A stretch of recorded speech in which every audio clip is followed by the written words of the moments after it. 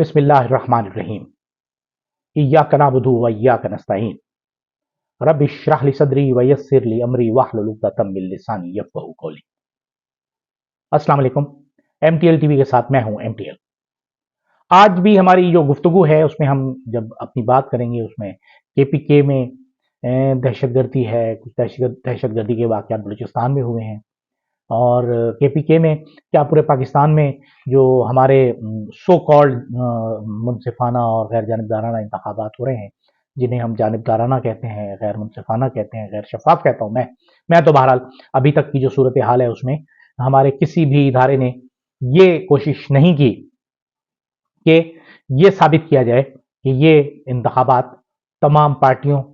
और तमाम उम्मीदवारों के लिए यकसा सहूलियात फराहम कर रहे हैं, यकसा उनके लिए मौके मौजूद हैं।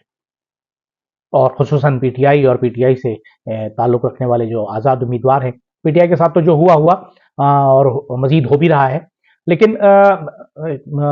एक चीज़ न्यूटन का थर्ड लॉ ऑफ मोशन है कि every action has an equal but opposite reaction. ये एक यूनिवर्सल लॉ है कि हर अमल का एक रद्द अमल होता है जो उतना ही शदीद होता है जितना कि अमल होता है, और वो हमेशा अमल के मुखालिफ होता है। और ये इंसान की फितरत है जो अल्लाह ने बनाई है कि तजस्सुस भी है और मुखालफत भी है और इख्तलाफ भी है और रिएक्शन भी है। जिस तरह जैसे जैसे जुल्म बढ़ रहा है, पाबंदियां बढ़ रही हैं, सख्तियां बढ़ रही हैं, वैसे वैसे ही लोगों का एक वो जो मजमूई रवैया है वो टुवर्ड्स इलेक्शन जो है वो बढ़ता चला जा रहा है और वो शदीदतर होता चला जा रहा है। हमारे नौजवान इस वक्त वोट देने के लिए तैयार भी हैं और जो लोग नहीं भी हैं उन्हें ये बताना है कि अब हम कहते थे कि कतरा कतरा दरिया में शबद, और ये हमारा जो एक वोट है ये एक कतरा है उस तब्दीली का, उस इनकलाब का, उस हुकूमत का जिसे हम अपने लिए मुंतखब करना चाहते हैं। आप अपने उम्मीदवार के लिए निकलें, 8 तारीख को निकलें। आप ये ना समझें कि आपका एक वोट किसी काम नहीं आएगा। आपका एक वोट बहुत अहम है और आपके अजीज दोस्त, रिश्तेदार, जानने वाले, उन तमाम कल एक एक वोट ही मिलकर दरिया में बनाते हैं और वो समंदर की सूरत बन जाएंगे इंशाल्लाह। तो आप ये तय कर लें कि आपने उस एक दिन को छुट्टी समझ के इंजॉय नहीं करना, उसे पिकनिक का दिन नहीं बनाना, बल्कि उसे अपना एक अहम फरीजा समझना है कि आप आए और आकर अपना वोट दें अपने पसंदीदा उम्मीदवार को, जो आपका पसंदीदा उम्मीदवार है। अगर आपको किसी तरह की कोई मुश्किलात हैं तो आप अपना शनाख्ती कार्ड नंबर, कि आपका पोलिंग बूथ कहाँ है, आपका पोलिंग स्टेशन कहाँ है, उसके लिए तो जो इलेक्शन कमीशन ऑफ पाकिस्तान ने 8300 एक पे मैसेज करें अपना शनाख्ती कार्ड नंबर, तो उसमें आपका शुमारियाती ब्लॉक कोड आ जाएगा, घराना नंबर आ जाएगा, सीरियल नंबर आ जाएगा, आपका हत्ता के आपका जो पोलिंग स्टेशन है वो तक आ जाएगा। उसमें आपके इसमें जब आप अपना शनाख्ती कार्ड भेजेंगे तो आपका किस हल्के में वोट दर्ज है उसमें नेशनल असेंबली का हल्का और सूबाई असेंबली का हल्का दोनों आ जाए। तो ये एक आसानी आपके लिए फराहम की गई है हुकूमत की जानिब से और इलेक्शन कमीशन की जानिब से। अब हम बात करते हैं कि जो इंतखाबी मुहिम, जिसे मैं कहता हूं कि जानिबदाराना, गैर शफाफ और गैर मुनसिफाना है, कि पूरे पाकिस्तान में आज भी जलसे रहे, पाकिस्तान पीपल्स पार्टी के जलसे, और इस वक्त जिस वक्त हम ये रिकॉर्डिंग कर रहे हैं उस वक्त भी कराची में बिलावल भुट्टो जरदारी जो हैं वो अपनी रैली लेकर निकले हुए हैं और इस वक्त किसी डिस्ट्रिक्ट सेंट्रल में किसी मकाम पर मौजूद होंगे इस वक्त, और डिस्ट्रिक्ट केमाड़ी से शुरू की और डिस्ट्रिक्ट मलीर में ये खत्म होगी गालिबन सुबह में, किसी वक्त सुबह 4-5 बजे जाकर खत्म होगी उनकी ये रैली। लेकिन पीपल्स पार्टी अपनी पूरी कुव्वत के साथ मौजूद है मैदान में, पाकिस्तान मुस्लिम लीग पूरी कुव्वत के साथ मौजूद है, पूरी ताकत के साथ मौजूद है, जमीयत उलमा इस्लाम पूरी कुव्वत और ताकत के साथ मौजूद है, और इसके अलावा जितनी MQM है, मुत्तहिदा कौमी मूवमेंट है, और अगर नहीं है तो पाकिस्तान तहरीक इंसाफ, जिससे इंतखाबी निशान भी छीन लिया गया, उसके उम्मीदवारों को आज़ाद भी बना दिया गया, और उन आज़ाद लोगों को आज़ाद हैसियत में भी इलेक्शन में भरपूर हिस्सा लेने की कोशिश करने पर गिरफ्तार भी किया जा रहा है, उन्हें इजाजत भी नहीं दी जा रही। और ये कल जो एक वाकया हुआ करक में, जब पीटीआई का एक जलसा था, उन्होंने करना था, उन्होंने इजाजत भी नहीं देगी, और अमनो आमा के तहत कि जी अमनो अमान का मसला हो जाएगा, पुलिस ने धावा बोल दिया, जिस पर उनका रिएक्शन भी हुआ। यकीनन ये रिएक्शन होना नहीं चाहिए था। इस वक्त जो सियासी कारकुनान है, उनको सब्र तहम्मुल से काम लेना है, थोड़ा सा होश जोश को छोड़ के थोड़े से होश के साथ काम करना है, क्योंकि अगर कोई ऐसा वाकया हो गया जिस तरह 9 मई को हुआ था, तो फिर मसाइल बढ़ेंगे, कम नहीं होंगे। तो लिहाजा आज कल और परसों 2 दिन 3 दिन जो है ये बहुत अहम है, सिर्फ इसलिए कि आप अपने वोटर्स को इंटैक्ट रखें और अपने पोलिंग स्टेशंस का ख्याल रखें, अपने लोगों को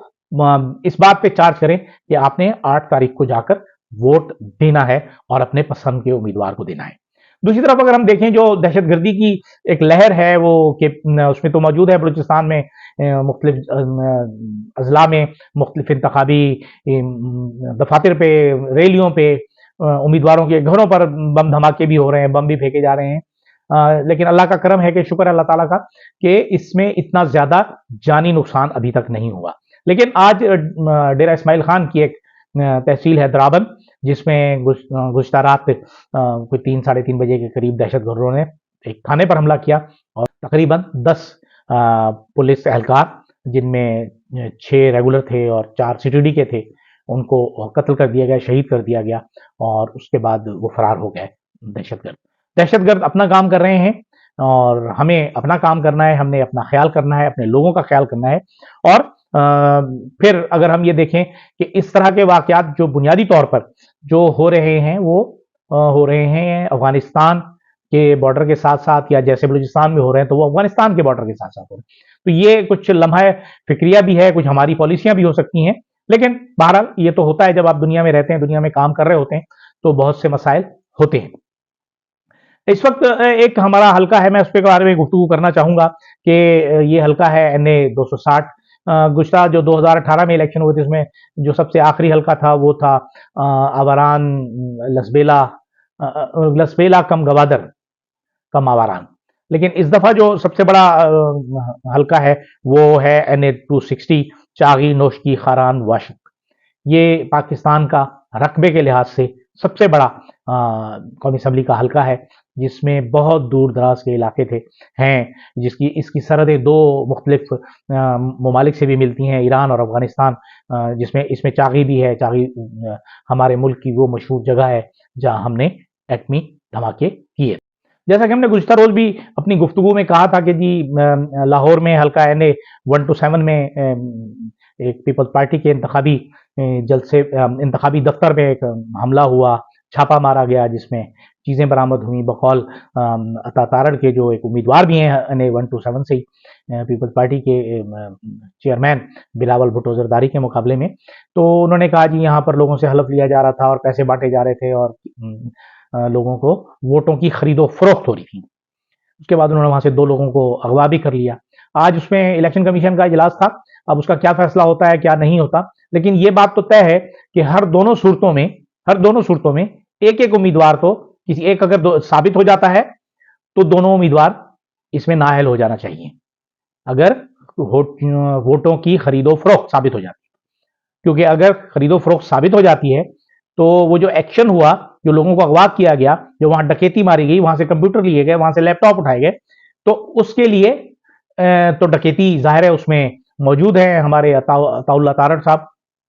और दूसरी तरफ अगर साबित हो जाता है कि जी बिलावल भुट्टो के ईमा पर ये सब कुछ हो रहा था, तो फिर बिलावल भुट्टो जरदारी जो उसके हल्के से MNA के उम्मीदवार हैं, वो नाअहल करार पाएंगे। तो इस तरह ये दोनों उम्मीदवार ही नाअहल करार पाते हैं। लेकिन अगर वो साबित नहीं होता तो कम से कम अताउल्लाह तारड़ तो जरूर जाते हैं। लेकिन अगर हमारा इलेक्शन कमीशन गैर जानिबदार होगा और साबित करेगा कि वो यकीनन गैर जानिबदार है, यहाँ मिसबाह रहमान भी उसमें शामिल थे, लेकिन बहरहाल यहाँ तो सिर्फ टारगेट एक ही पार्टी है और एक ही शख्स है, जिसका नाम पाकिस्तान तहरीक इंसाफ और PTI है।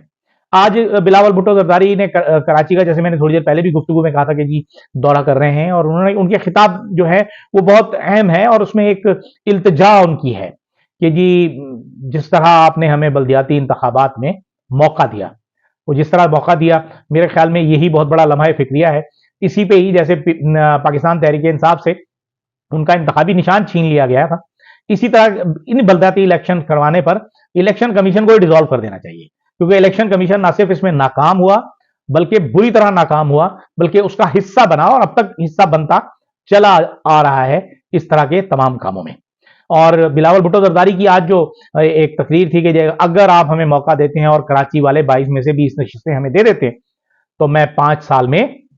कराची का नक्शा बदल दूंगा। मेरा नहीं ख्याल कि कभी तारीख में, कराची की तारीख में, पाकिस्तान की तारीख में कभी भी पाकिस्तान पीपल्स पार्टी को, जो उनका उरूज का जमाना था जुल्फकार अली भुट्टो के दौर में भी, कराची और हैदराबाद जो थे वो मुजाहिमत के गढ़ हुआ करते थे, वहां से उन्हें कभी इतनी नशिस्तें नहीं मिली जो आज वो एक ख्वाब समझ रहे हैं, या बच्चे की ख्वाहिश ही समझ रहे हैं, मासूम सी ख्वाहिश है। दूसरी तरफ नवाज शरीफ ने आज मरी में अपने एक जलसे से खिताब किया, जो तकरीबन आखिरी खिताब ही कहा जा सकता है इस कैंपेन में उनका, लेकिन वो ढाक के वही 3 पात, वो वही हैं अपनी जगह। उन्हें तो अब दाएं बाएं आगे पीछे ऊपर नीचे हर तरफ से मोटरवेज ही गुजारनी है। पता नहीं, समझ में नहीं आता कि इन लोगों के दिमाग में क्या है, खन्नास क्या भरा हुआ है कि मोटरवे ही समझते हैं कि दुनिया में तरक्की का जीना मोटरवे है। जो बड़े लीडर होते हैं वो सोचते भी बड़ा है, जो बड़े लीडर होते हैं वो मुस्तकबिल के लिए प्लान करते हैं, वो मुल्क की तरक्की के लिए प्लान करते हैं, मुल्क की दौलत के इजाफे के लिए प्लान करते हैं। यहां तो जाती दौलत के इजाफे के लिए तो प्लान किया जाता है, लेकिन मुल्क के दौलत के इजाफे के लिए कोई प्लानिंग नहीं है। इसका कोई इक्तिसादी मुआशी प्लान ना तो पीपल्स पार्टी के पास है इस वक्त, और ना ही पाकिस्तान मुस्लिम लीग नून ने अपने मंशूर में दिया। दोनों में कोई ऐसा प्लान नहीं है, और सिर्फ इस बात पे जोर दे रहे हैं कि मैं 4 रुपए की रोटी कर दूंगा, 4 रुपए की रोटी। आप सवाल ही पैदा नहीं होता कि वो 4 रुपए की रोटी कर सके। और इस सारे अमल को करने के लिए उन्हें जो मौके फराहम किए जा रहे हैं, वो जाहिर है वो हमारी अदलिया है और हमारे वो जजेस हैं जिन्होंने अपनी इज्जत तो गंवाई, अब मकामी तौर पर भी गंवाई, मुल्क की सतह पर भी गंवाई, और बैनुल अक़वामी सतह पर भी हमारे जजेस के इन भोंडे और इंतहाई बाइस जो फैसले हैं, उससे जो जगहंसाई हो रही है हमारी, वो जगहंसाई हम कहीं बर्दाश्त नहीं कर सकते। खवातीन के हुकूक हों या दुनिया भर में इंसानी हुकूक हों, उन सब पर गुफ्तगू हो रही है। दुनिया भर के उलमा इस पर बात कर रहे हैं, नहीं कर रहे तो हमारे उलमा कुछ शुरू तो हो गए हैं अब कि जी कुछ मसाइल जो नहीं हो सकते थे, जिन्हें नहीं छेड़ा जा सकता था, उन्हें नहीं छेड़ना चाहिए था। लेकिन बहरहाल जज कुदरतुल्लाह साहब मुफ्ती आजम होंगे फलस्तीन के या पता नहीं हिंदुस्तान के, जहां से बैठ के इन्होंने ये फैसला बनाया, किस तरह उन्होंने सजा दी। उन्होंने फतवा भी साथ दे देना था कि जी इन्हें संसार भी कर दिया जाए, तो ठीक है, सजा ऐसी दी जाती है किसी को बेइज्जत करने के लिए, लेकिन इस तरह कभी किसी की इज्जत खराब नहीं होती, क्योंकि इज्जतों का मालिक रब ताला है, रब रहीम है, रब करीम है। व तो इज्जु मंतशा व तो जिल्लु मंतशा, वही है इज्जतों का मालिक, वही इज्जतें देने वाला है, वही इज्जतें लेने वाला है, जलील करने वाला है। किसी इंसान में, किसी इदारे में, किसी हुकूमत में, किसी इस्टेब्लिशमेंट में, दुनिया की किसी ताकत में, किसी अमेरिका में कोई इतनी हिम्मत नहीं है कि वो किसी से उसकी इज्जत छीन सके। इज्जतों का मालिक अल्लाह है। इजाजत दीजिए, अल्लाह हाफिज।